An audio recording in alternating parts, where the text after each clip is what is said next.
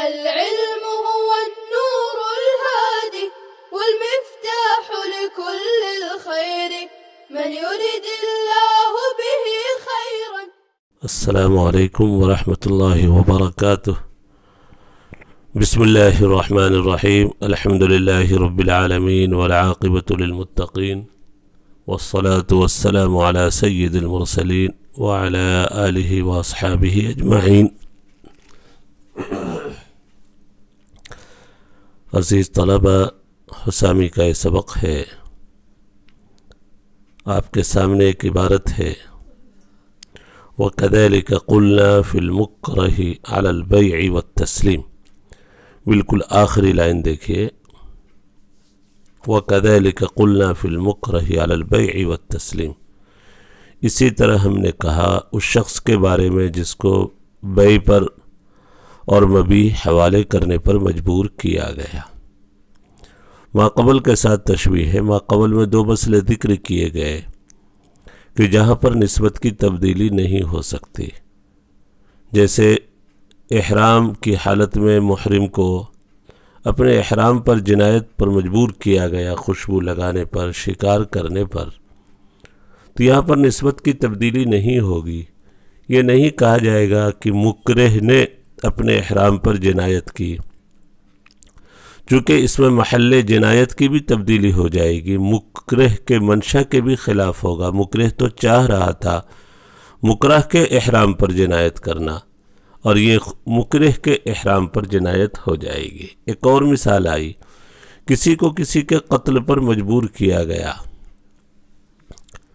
تو نفس قتل کی نسبت تو ہو سکتی ہے مکرہ کی طرف، اور مکرہ کو بمنزل اعلیٰ، بمنزل تلوار اور بمنزل بندوق کے مان لیں گے. تو قصاص اور دیت تو مکرہ ہی کو دینا ہے جو دوسرا شخص قتل ہو گیا اور اس کو مجبور کیا گیا قتل پر. لیکن قتل کا جو گناہ ہے، گناہ مکرہ ہی پر رہے گا، مکرہ کی طرف گناہ کو منتقل نہیں کیا جائے گا. اوپر جو عبارت آئی تھی، ان المکرہ للقتل یأثم. اسی طرح ہم نے کہا، یعنی ایک اور مثال دے رہے ہیں جس میں فعل کی نسبت مکرہ کی طرف ہی رہے گی، مکرہ کی طرف نہیں کر سکتے ہم. نسبت کی تبدیلی نہیں ہو سکتی. وہ کیا مثال ہے؟ ایک شخص کو مجبور کیا گیا کہ تم اپنا سامان بیچو. اکراہ کے بعد اس نے بیچ دیا. پھر اس کو اس مبیع کے حوالے کرنے پر بھی مجبور کیا گیا، تسلیم، کہ مبیع حوالے کرو مشتری کے. جبر کیا گیا، اکراہ کیا گیا، اس نے حوالے بھی کر دیا. مصنف فرما رہے ہیں اب یہاں پر نسبت کی تبدیلی ہم مکرہ کی طرف نہیں کر سکتے بیع کے مسئلے میں، تسلیم مبیع کے سلسلے میں، چونکہ یہاں پر بھی تبدیلی ہو جائے گی. بیع کے بجائے غصب ہو جائے گا، اور مبیع حوالے کرنے پر مجبور کیا گیا. لیکن جب مکرہ کی طرف مانیں گے تو یہ مبیع نہیں رہے گی، شیء مغصوب ہو جائے گی، چونکہ مالک تو ہے نہیں مکرہ. جب مالک نہیں ہے تو اس سے گویا چھیننا پایا جائے گا مکرہ سے، اور یہ بیع نہیں بلکہ غصب ہے. اور وہ مبیع جس کے حوالے کرنے پر مجبور کیا گیا، اگر مکرہ کی طرف منسوب کرے مکرہ تو اس مبیع کا مالک نہیں، تو مبیع نہیں رہے گی بلکہ شیء مغصوب ہو جائے گی. یہاں پر بھی نسبت کی تبدیلی نہیں ہو سکتی. ان تسلیمہ یقتصر علی،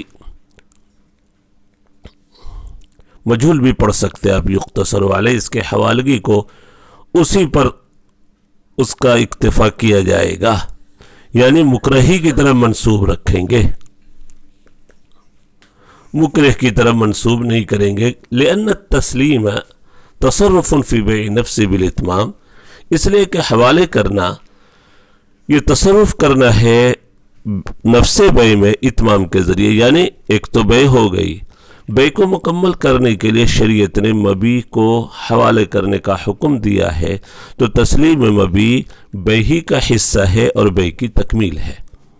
تسلیم مبیع بیع ہی کا ایک حصہ ہے اور بیع کی تکمیل ہے بالاتمام، اور وہ اس کے اندر اب غیر کے لیے آلہ بننے کی صلاحیت نہیں رکھتا ہے. یہ مکرہ اگر مان لیں ولو جعل المکرہ آلۃ لغیر مکرہ کو اگر آلہ مان لیا جائے تو لتبدل المحل ولتبدل ذات الفعل، محل بھی بدل جائے گا اور فعل کی ذات بھی بدل جائے گی، اس لیے کہ حینئذ یصیر غصبا محضا، اس لیے کہ اس وقت غصب محض ہو جائے گا، محل بھی بدل جائے گا، اور ذات فعل محل سے مراد یعنی مبی حوالے کرنے کی بات تھی، لیکن اب مبی نہیں رہے گی، مغصوب ہو جائے گی، اور ذات فعل بے پر مجبور کیا گیا، لیکن اگر آپ مکرہ کی طرف نسبت کریں، مکرہ چونکہ مالک نہیں ہے اس شے کا، تو پھر یہ بے نہیں رہے گی بلکہ غصب ہو جائے گی، محل بھی بدل گیا، ذات فعل بھی محل یعنی مبی کے بجائے مغصوب ہو جائے، اور ذات فعل بے کے بجائے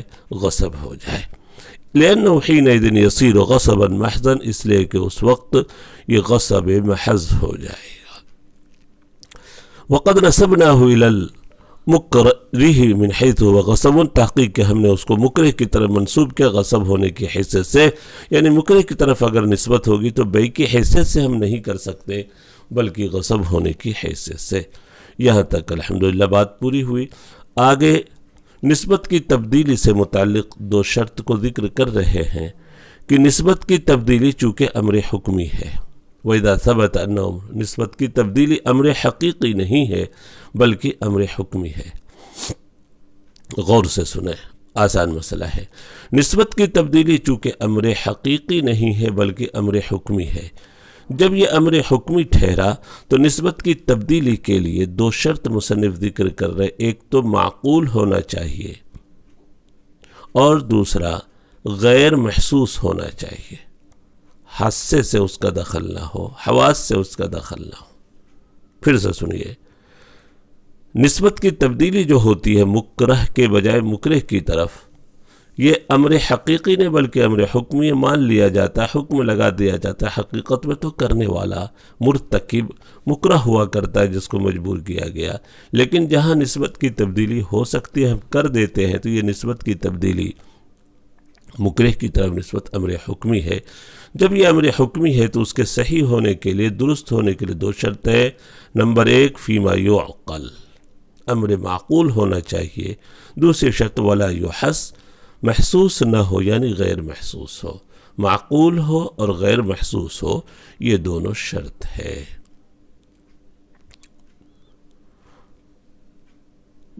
پہلے ترجمہ سنیں، وَإِذَا ثَبَتَ أَنَّهُ أَمْرٌ حُكْمِيٌّ، جب بات یہ ثابت ہو گئی کہ یہ یعنی تبدیلی نسبت امر حکمی ہے، سرنا الیہ، جس کی طرف ہم لوٹے ہیں، تو استقام ذالک، یہ جزا ہے اذا کی، تو یہ درست ہوگا ان مقامات پر جو معقول ہو، ولا یحس، اور